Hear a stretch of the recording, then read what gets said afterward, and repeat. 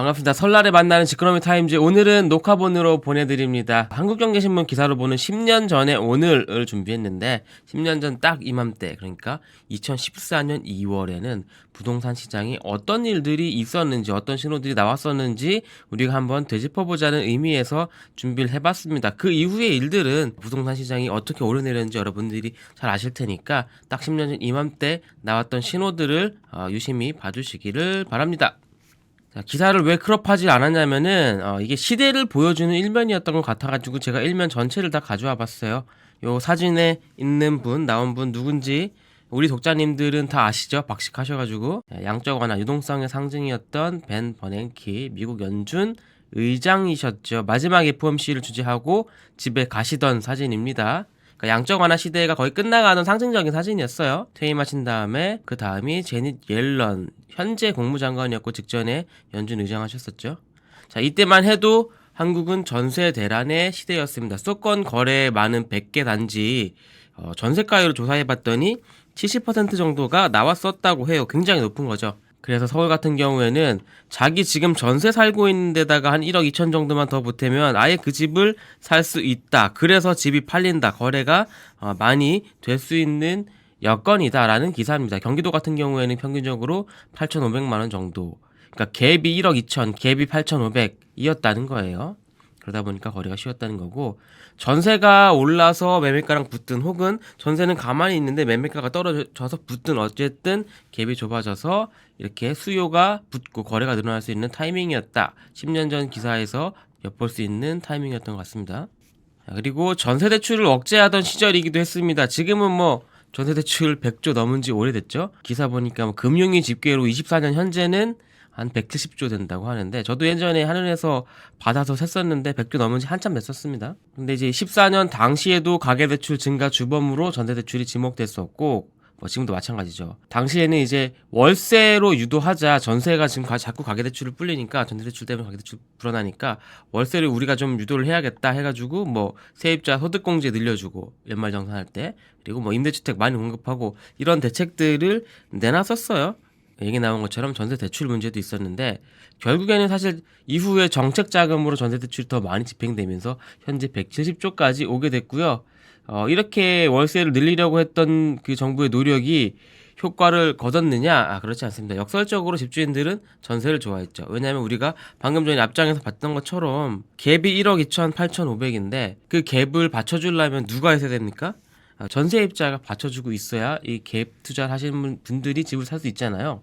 그래서 집주인들은 전세입자가 필요했습니다. 그래서 월세보다는 전세를 선호하는 현상이 좀 이어졌었죠. 세입자 입장에서도 전세대출을 끌어와서 막을 수 있으니 더 유리한 부분도 있었고요. 자, 그리고 홍대 상권 부흥 이야기입니다. 얼마 전에 저희가 퀴즈 지코노미 커뮤니티에 올렸었지만, 금요일 지하철 2호선 승하 차량 탑이 서울에서 홍대에 입구입니다. 제가 출근길에도 홍대 쪽에 지나가는데 공항철도 홍대역 그 출입구 쪽에 항상 관광버스가 서 있고, 거기에 이제 동남아에서 오신 관광객분들이 이제 줄을 서가지고 가이드 안내받고 이제 버스 타려고 하고 있어요. 공항에서, 인천공항에서 공항철도 타고 쭉 들어오면은 홍대 입구에 내려가지고 하루 묵고 그 다음날 아침에 뭐 시티 투어를 한다든지 아니면 뭐 홍대 거리를 돌아본다든지 할 수 있는 코스가 나오는 거죠. 그러니까 다시 말하면 공항에서 내려서 철도로 들어올 수 있는 가장 깊은 도심이 홍대라는 겁니다. 사실 더 가면은 서울역도 있긴 하지만 서울역은 주변에 관광객들이 즐길 만한 컨텐츠가 있지는 않거든요. 근데 홍대 같은 경우에 내려가지고 이 뭐 서울에서 가장 번화한 거리, 바쁜 거리, 힙한 거리 중에 한 곳이다 보니까 관광 코스로도 활용할 수 있고, 또 교통적인 측면에서도 거점으로 이제 활용이 될 수 있는 거죠, 홍대가. 기사에서도 공항철도 효과, 뭐 글로벌 관광 상권을 언급했었는데, 과거에는 이제 막 기타 메고 다니던 형들만 계시고 힙한 거리이기만 했는데, 상수, 합정, 연남 해가지고 이제는 거대한 홍대 상권이 됐죠. 우리가 뭐 연남동이다, 상수동이다 따로 부르지만 사실은 합정까지 다 포함해서 하나의 이제 홍대 상권이라고 봐야 할 것 같아요. 이제 기존에 흥행하던 신촌 상권이랑은 약간 분리가 돼 가고 있는 느낌이긴 하지만요. 뭐 애플스토어 홍대에 있으면은 말 다 한 거죠. 지금 거기 딱 요 라인 홍대 입구에부터 쭉 걸어가 보면 여기 마스터 자동차 있잖아요. 요 삼거리에서 쭉 내려가다 보면은 양쪽으로 미디어 파사드가 장난 아니에요. 약간 뭐 강남역 온 것 같은 느낌입니다. 그리고 여기 10년 전 기사지만 익숙한 이름이 보이네요. 지금 같은 부서에 계시는 이면우 기자님이 당시에 차출돼서 기획기사 취재했었나 봅니다. 자, 그리고 우리가 첫 장에서 봤던 내용보다 조금 더 직접적인 이야기입니다. 침체를 벗어나고 있다. 그러니까 네 가지 지표를 통해 가지고 침체를 벗어나는 것 같다라는 기사를 썼었는데, 그 네 가지 지표가 이제 거래량, 그리고 미분양 통계, 그리고 주택담보대출 추이, 그리고 경매, 낙찰가율입니다. 서울 거래량 같은 경우에 14년 2월 기준으로 전년 동기 대비 4배가량 늘어났다고 합니다. 금융위기부터 이어지던 부진을 이제 탈출하는 신호다라고 이제 당시에 봤던 거죠. 근데 이후에 어떻게 됐죠? 실제로도 뭐 한 2020년대까지 주구장창 상승장이 이어졌죠. 17년도부터는 굉장히 본격화됐고요. 그리고 미분양 물량도 6개월째 감소세고 디딤돌 대출 실적이 증가하고 있다. 디딤돌 대출 같은 경우에는 이제 정책 자금 있잖아요. 근데 이제 내 집 마련을 하시려는 분들이 이런 정책 자금을 이용해서라도 많은 분들이 집을 사려고 하고 있다라는 신호로 기사에서는 해석한 거죠. 디딤돌 대출의 요 증가 폭을. 그리고 낙찰가율도 상승세다. 경매 낙찰가율은 부동산 시장의 대표적인 선행 지표로 꼽힙니다. 그러니까 경매 하시는 분들이 이제 선수 중에 선수인데, 그분들이 앞으로의 이제 가격을 오를 것으로 보냐 내릴 것으로 보냐를 낙찰가율을 통해서 우리는 약간 엿볼 수 있는 거예요. 이때까지만 해도 뭐 이제 집값에 대한 신중론이 많았는데, 결과는 우리가 아는 대로, 방금 좀 말씀드린 대로 오랫동안 상승장이 이어졌고, 직전에 뭐 양도세 중과 폐지 이런 이제 부동산 부양책들이 있었죠. 그리고 딱 10년 전 요맘때 오픈했습니다. DDP 벌써 10년이 됐어요. 동대문 역사문화공원에 있는, 디자인으로 논란이 굉장히 많았는데 지금 뭐 서울에서 거의 가장 특징적인 건물이죠. 당시에는 왜 이 역사의 상징인 동대문 야구장을 철거하고 여기다가 이런 거 짓냐 욕도 많이 먹었었는데, 이 기사에도 보면은 파격적 위용을 드러냈다라고 표현을 하고 있어요. 10년 전에도 그러는데 이제 적응이 약간 되긴 했지만 그래도 여전히 파격적인 모양이죠. 그게 사실은 그 유현준 교수도 말씀하셨는데, 이 동대문 역사문화공원 주변에 있는 다른 컨텐츠들과 어울리지 않아가지고, 그러니까 주변의 개발이 아직 이루어지지 않았기 때문에, 덜 됐기 때문에 약간 이질적인 느낌이 있는데, 그렇다고 이게 뭐 흉물이냐 그렇진 않다라는 겁니다.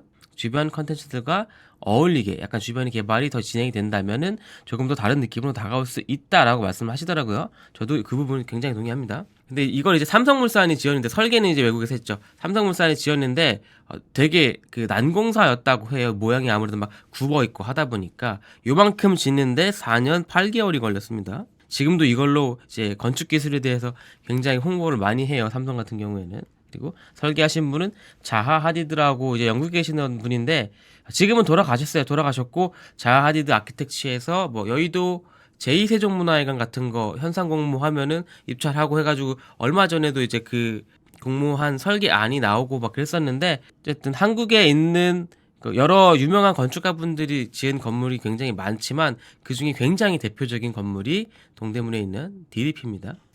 DDP는 10년 전에 지어졌지만 아현고가는 10년 전에 철거가 됐습니다. 아직도 그 기억나요, 철거하던 날. 왜냐면 이게 한경 앞에 있던 고가도로라서 제가 굳이 이 기사를 가져왔는데, 요걸로 인해서 뭐 이쪽에 있던 북아현 뉴타운 뭐 최대 호재죠. 여기 아현 뉴타운도 앞에 아현고가 이렇게 올라가던 게 없어지니까 뭐 장기적으로는 호재가 됐겠죠. 어쨌든 서울의 첫 고가도로였고, 아직도 그 아현동에 가면은 저는 옛날 이 아현고가 아래에 있던 음지의 모습, 그것들이 되게 많이 생각이 나거든요. 근데 이제 그게 없어진 거예요. 그러기 위해서 없애는 거고, 지금은 요 고가도로를 받치던 주기둥 한두 개 정도를 남겼습니다. 회사 주변이 좀 크게 바뀌었던 기억에서 가져왔고, 서울역 고가도 이제 뭐 철거하니 마니에 대한 결정이 좀 이루어질 것 같아요. 자, 그리고 제가 가져온 기사가 또 여기 한국경제 제호가 들어가 있는데, 요거까지 같이 제가 따왔다는 거는 요 기사들이 당일자 한국경제신문 1면의 머리 기사들이었다는 얘기예요. 바로 밑에 있는 게 이제 탑 기사잖아요. 그만큼 부동산 관련해서 굉장히 중요한 소식들이 많이 쏟아지던 시기다라는 거죠. 14년 2월 이제 말에 나왔던 얘기는 뭐였냐면은, 한국도 싱가포르 마리나베이 같은 규제 프리존이 있어야 된다. 마리나베이가 그러니까 약간 건축 규제 약간 풀고서 지은 것인데, 그러니까 입주 규제 최소 지구를 도입하겠다는 걸 24년도에 국토부가 업무보고를 통해서, 대통령 업무보고를 통해서 요 개념을 들고 왔어요. 규제 프리존, 입지 규제, 최소 지구, 지금은 최소 구역으로 부르죠. 이게 뭐냐면 용적률이라든지 이런 거 다 열어주겠다. 원래 법적 상한이 있고 거기에 또 뭐 시도마다 뭐 시조례 있고 해가지고 막 제한은 여러 가지를 겁니다. 근데 이거를 다 빼주자라는 거예요. 그러니까 전국에 사실 몇 개 안 되고 서울에는 입주규제 최소구역이 없습니다. 앞으로 최초 지정될 곳이 용산국제업무지구죠. 그러니까 지금 우리가 뭐 이런 용도 지역에 맞춰가지고 건물을 지으면 뭐 상업지 뭐 1500%, 뭐 주거지역 300% 해가지고 용적률 맞춰가지고 건물들을 짓잖아요. 근데 뭐 이거를 아예 없애자는 거예요. 그래가지고 국제업무지구 같은 경우에는 고층 빌딩들로 고밀화시킬 수 있는 근거가 바로 이 입지규제 최소구역에서 가져가는 겁니다. 그리고 이거 말고도 또 한 가지가 재건축 초과액 환수제 폐지도 같이 보고를 했어요. 국토부에서. 근데 이때 폐지했을까요? 못했습니다. 유예했어요. 이게 14년도 업무보고였는데 재건축 초과이익 환수제 어떻게 됐죠? 2018년에 부활이 됐죠. 그러니까 부활이라기보다는 14년 업무보고 이후에 그동안 시행을 유예하는 식으로 해서 하다가 요때 2017년 12월 31일에 일몰이 되면서 18년도부터 부활했습니다. 그래가지고 강남 재건축 단지들 어떻게 했나요? 17년도 말일까지 관리처분계획 인가를 신청하기 위해서, 인가가 아니라 신청일이 기준으로 이거 환수제를 적용하냐 마냐를 해줬기 때문에 신청하기 위해서 굉장히 달렸고, 그중에 대표적인 게 반포주공 1단지 1, 2, 4주 같은 경우에는 신청을 빨리 하기 위해서 현대건설과 공동사업 시행자로 갔습니다. 시공계약을 단순 도급계약을 맺은 게 아니라 공동사업 시행자 방식으로 갔었고, 2월에 이제 강남에서 나온 대여 메이플자이 같은 경우엔 옆에 한신타운 그리고 한신 20차 놔두고 통합재건축하지 않고 따로 가게 된 결정적인 이유가 환수제 맞을까봐였던 거죠. 17년까지 신청해야 되는데 걔들 받으면 우리 18년도로 넘어가는 거 아니야? 그러면 환수제 맞잖아 라고 해서 마지막에 최종적으로 빼게 된 거예요. 어쨌든 요런 주택시장 정상화의 측면에서의 규제 완화가 많이 이루어졌습니다. 기사나 뭐 정부 발표에서도 전부 정상화라는 표현을 쓰고 있는 게 지금과 굉장히 비슷하죠. 그리고 전매 제한, 분양권 전매 제한도 완화가 됐고요. 소형주택 의무 비율도 뭐 완화되고 그랬었는데 이런 것들이 결국에 재건축의 동인을 만드는 장치들이죠. 재건축할 때 뭐 면적대 얼마 이하의 집을 이만큼 지어라 라는 것들이 시기마다 좀 조절이 됩니다. 그리고 낯익은 이야기들이 계속 많이 나와요. 또다시 불거진 14조 경부선철도 지하화. 또다시였는데 지금 10년 뒤에 또다시죠. 또다시죠. 당시에도 이 철도 지하화에 대한 얘기가 있습니다. 지금은 사실은 이 전체를 다 할 수 없으니 뭐 어디에 가서 누가 어떤 말씀 하셨다 뭐 그런 얘기들도 있긴 하지만 어쨌든 정부 차원에서는 24년 12월 안에 선도적으로 지하화를 하게 될 곳을 꼽겠다라고 했는데 아무래도 요 경부선 강북 구간이 굉장히 유력하죠. 서울역에서 용산까지, 용산 이남까지 10년 전에도 딱 비슷한 이야기가 나왔었고 대형 호재인 건 분명하지만 항상 재원 문제에 부딪힙니다. 국토부도 재원 마련 어렵고 사업성이 낮다, 난색을 표한다라고 했어요. 왜 묻으려고 하냐? 이걸 굳이 아까 고가도로랑 같은 이유죠. 도시의 단절을 부르고 그 밑에 지역에 슬럼화를 부르니까요. 당시 같은 경우에는 요 경부선 서울역에서 군포 당정까지 요렇게가 한 31km인데 요 지하화 하는데 14조가 드는 것으로 추계가 됐다고 합니다. 그러니까 당연히 국토부가 난색을 표하고 국토부가 난색을 표했다는 건 국토부가 하려던 일이 아니었다는 거예요. 누가 서울, 안양 등 7개 지자체에서 이렇게 하자라는 아이디어를 냈다는 겁니다. 그리고 이제 당시에 이제 국토부가 반대했던 게 재원 조달에 대한 부분도 있지만 둘째로 이걸 할 근거 법률이 없다라는 거였는데 근거 법률이 얼마 전에 만들어졌죠. 철도 지하화에 관한 특별법이 제정이 돼서 앞으로 추진하려는 게 이제 근거 법안은 일단 마련이 됐고 재원은 10년 전은 재원 때문에 이렇게 붙였는데 앞으로는 우리가 재원을 어떻게 확보할 것인가 해서 나왔던 방안이 국비 투입하지 않겠다.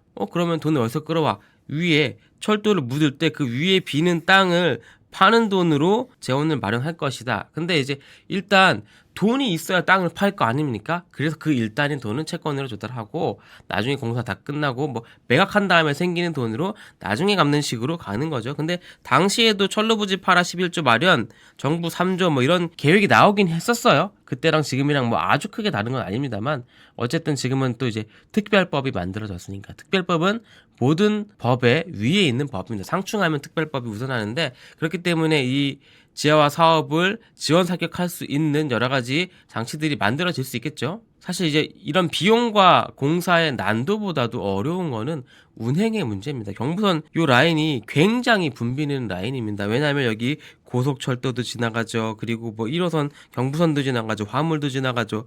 또 앞으로 뭐가 지나갑니까? 우리가 보고 있는 GTX-C 같은 것들 다 경부선 철로 나중에 과천 이남부터는 공용하는 구간이란 말이죠. 굉장히 붐벼요. 그래서 공사를 하면서 기존선은 얼마나 지장 없이 운행을 할 수 있을지 그게 되게 관건입니다. 고속철도 같은 경우에는 수색에서 광명까지 아예 지하로 신선을 파는 사업이 따로 추진이 되고 있고 그게 아마 전초전이 될 거예요. 지하화에. 자, 다시 시황기사입니다. 14년 2월 24일 나왔던 기사인데 애물단지 중대형 집값이 살아난다. 우리가 집값 오를 때 순서들이 보통 뭐 있다고 하죠. 이게 뭐 분석하시는 분들마다 조금 다르긴 하지만 공통된 특징은 대형이 마지막에 오른다 라는 공식이 있는데 중대형 집값이 14년 2월에 살아난다는 기사가 나오고 있습니다. 그러면 그 앞에 이미 중소형들은 다 오른 상태였다는 거예요. 그래가지고 파도가 막 이렇게 쳐서 중대형까지 왔다는 얘기입니다. 근데 요 직전 시대의 중대형 어땠었죠? 하락장에서 완전 박살났던 대형들 많았죠. 우리 말하는 버블세븐 이런 지역들, 용인 같은 데 가면은 막 산골짜기에 큰 아파트들 많았잖아요. 그런 것들이 집값이 굉장히 부진했었는데 나더라 라는 기사가 14년 2월쯤에 나왔었다는 겁니다. 제가 부동산 취재 처음 시작할 때도 힘들었던 지역들이 이런 지역들의 이제 대형 부동산들이었어요. 이곳들이 살아난다는 거는 시장 회복에 대한 기대감이 그만큼 전반적으로 많이 퍼져 있다. 언제? 14년 2월쯤에 이미 그렇게 됐다는 얘기입니다. 강남 재건축 뛰고 나서 뭐 중소형, 그 다음에 중대형 이렇게 먼저 갔다고 기사에서 설명을 하고 있습니다. 자, 그리고 지금은 DSR의 시대, 그리고 스트레스 DSR의 시대인데 이런 시대에 살짝 귀여운 얘기일 수도 있겠습니다만은 LTV를 60%로 완화한다. 그리고 DTI를 지방에는 DTI가 적용되지 않았는데 지방도 60% 정도로 신설한다 라는 내용이 나왔습니다. 그러니까 그동안은 지방에 뭐 DTI 규제라는 게 없다가 LTV를 푸는 만큼 상응해서 DTI는 대신 지방에도 확대하겠다라는 얘기가 14년 2월에 나왔었다는 거예요. 살짝 귀여운 얘기죠. 이게 가계부채 천조 시대의 대책이었습니다. 금융 대책이었어요. 지금 얼마입니까? 지금 1800조 넘어가고 있죠. 그래서 요 직전 시대에 참여정부 때 이제 부동산 정책 거의 이제 총괄하셨던 김수현 전 청와대 실장의 부동산은 끝났다 책을 보면은 DTI 같은 이런 규제를 너무 늦게 도입했다. 집값을 잡을 때 금융위기 전에 우리가 폭등장 올 때 그 집값 잡을 때 결국에는 LTV랑 DTI 개념을 들여와가지고 잡는데 좀 이제 역할을 했는데 그것들을 너무 늦게 꺼냈다라고 후회하는 부분들이 있었어요. 근데 이제 14년도에 와서는 LTV를 완화하고 DTI를 지방까지 확대하는 절차가 이뤄졌던 거죠. 참고로 LTV는 우리가 2002년도에 도입했고 DTI는 2005년도에 도입했습니다. DSR 같은 경우는 제 기억에는 2017년에 발표하고 18년도에 한 말쯤에 도입을 했었어요. 그리고 24년도는 뭡니까? 스트레스 DSR을 도입하는 거죠. 어쨌든 자, 지금 돌이켜보면 LTV 50에서 60으로 완화한다는 건 그럼 기존에 50이었어? 우리 얼마 전까지 40이었는데 투기과열지구 얼마나 강한 규제를 받았었는지 요걸 통해서 좀 더 들여다볼 수 있죠. 자, 그 다음은 서울시가 도시재생 열심히 하겠다는 얘기입니다. 전임 시장 시절이었고 뉴타운 출구 전략의 일환이었죠. 그러니까 전면 철거 재개발이 아니라 도시재생으로 이제 가겠다. 포기지역에 4년간 1조를 투입하겠다. 맞춤형 재개발, 그러니까 전면 철거형이 아니라 맞춤형 재개발이다. 그러니까 불도저로 밀지 않겠다는 거죠. 이렇게 해서 많이 해제가 됐습니다. 실제로 뉴타운 출구 전략 거치면서 300개 이상의 구역이 해제가 됐었고 창신숭인 뉴타운 같은 경우에는 개별 구역 해제된 정도가 아니라 뉴타운 전체가 해제된 사례였죠. 유일한 사례. 그리고 여기는 예전에 그 오세훈 시장의 이제 전임 시절에 3차 뉴타운 추진하던 곳이었는데 오 시장이 이제 복귀하자마자 다시 창신숭인동부터 가서 재개발을 시작하게끔 했습니다. 굉장히 복잡한 사연을 갖고 있는 동네예요. 자, 그러니까 창신동 같은 경우에는 오세훈 시장의 1호 뉴타운에서 그러니까 3차 뉴타운으로 추진됐었죠. 박원순 시장의 1호 도시재생으로 바뀌었다가 다시 돌아온 오세훈 시장의 1호 재개발로 그러니까 시장들마다 여기 꼭 한 번씩 건드리는 굉장히 영원히 고통받는 동네가 돼버리고 말았습니다. 비운의 땅이 됐어요. 기구한 인생이죠. 그리고 여기에 멘트가 익숙한 분이 나와요. 뉴타운에서 해제된 곳들은 결국 사업성이 낮다는 얘기를 하면서 시가 재정을 투입해 맞춤형 재개발을 지원해야 된다 뭐 그런 말씀하셨는데, 이분이 누구냐면 변창흠 세종대 부동산학과 교수 당시, 그러니까 이분이 훗날 SH 사장, LH 사장 그리고 국토부 장관까지 하시게 됐죠. LH 뭐 신도시 투기 사태가 터져가지고 그때쯤 해서 물러나긴 하셨었는데 어쨌든 익숙한 이름이 나와서 언급해봤습니다. 좀 마지막에 볼 소식은 10년 전에는 우리가 이걸 충격으로 생각했었다. 다시 꺾인 출산율. 그러니까 2014년에 13년도 통계가 나올 거 아니에요. 13년도 출산율, 합계 출산율 통계를 보니까 1.19가 돼서 우리가 1.30에서 꺾였다라는 얘기입니다. 오르다가 꺾였다는 거예요. 몇 년째 오르다가 요때 처음으로 꺾였는데 요때 이후로 우리는 회복을 하지 못하고 계속 떨어져서 올해는 뭐 0.7 언더로 나오냐 이런 얘기들을 하고 있죠. 1.0이 넘는 것도 지금 보면은 되게 놀라운데 그때는 이것도 위기라고 했었습니다. 위기에 너무 적응이 돼서 우리가 모르고 있지만 출산율이 1이라는 거는 본전이 아니야. 출산율은 2.0이 돼야 본전입니다. 왜? 여성 한 명이 평생 동안 낳을 수 있는 아이가 한 명이냐 두 명이냐는 건데 여자 혼자 아이를 낳는 게 아니잖아요. 남녀가 만나서 아이를 낳는데 둘이 만나서 하나를 낳으면은 어떻게 되는 겁니까? 다음 세대에는 인구가 반으로 줄어든다는 거예요. 근데 둘이 나와서 둘을 낳아야 현재 인구가 유지되는 거죠. 그래서 출산율은 이렇게 좀 보셔야 됩니다. 1.19여도 높은 게 아니에요. 사실은 2.0이 나와야 본전이고 1.0이면 반으로 떨어지는 거다라고 이해하시면 됩니다. 그러니까 얼마 전에 한국은행에서 심층 연구 리포트를 하나 냈는데 인구 문제 관련해서 부동산과 인구 문제에 관심 있는 분들은 읽어보시면 굉장히 유익할 것 같습니다. 제가 사실은 연휴 특집으로 그 리포트, 한국은행 인구 리포트랑 두 번째는 예전에 약속했던 그 부동산과 정치, 김수현 전 실장 책이죠. 그거에 대한 리뷰를 하려고 했는데 한국은행 리포트 같은 경우에는 나중에 조금 더 좋은 시점에 한번 소개를 해드릴 수 있을 것 같아가지고 잠깐 미뤘고, 김수현 실장의 책 같은 경우에는 또 요새 조사를 받고 하셔가지고 너무 좀 정치적인 이야기로 잘못 해석되고 그렇게 보실까봐 조금 시기를 고민하고 있습니다. 적절한 시기가 오면은 독후감, 형진이의 독후감 한번 말씀드릴게요. 철저히 부동산 이야기만 따져서. 자, 저희가 퀴즈쇼 진행하고 있습니다. 1월 퀴즈쇼 이제 끝났고 2월 퀴즈쇼 진행 중인데, 자, 다음 중 맞는 답을 고르시면 됩니다. 한국경제신문 창간 60주년 슬로건은 뭘까요? 1번 과거를 봅니다. 2번 현재를 봅니다. 3번 미래를 봅니다. 4번 형진 오빠 잘생겼어요. 저는 답이 보입니다. 정답을 맞히시면 선물을 드릴 거고요. 답을 아시는 분들은 고정 댓글에 있는 지코노미 주민센터로 오셔가지고 응모하시면 됩니다. 거기에 있는 링크 들어가서 응모하시면 돼요. 3월 1일 자정이라 하면 그날 공시를 말합니다. 그날 시작하는 시간 되자마자 딱 마감하고 발표는 3일절 연휴 지난 3월 4일 하도록 하겠습니다.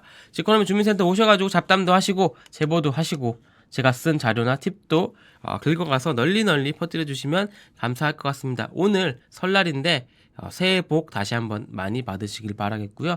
집으로 돌아가시는 길 안전하게 귀경하실 수 있기를 바라겠습니다. 마치겠습니다. 그럼 이만 총총.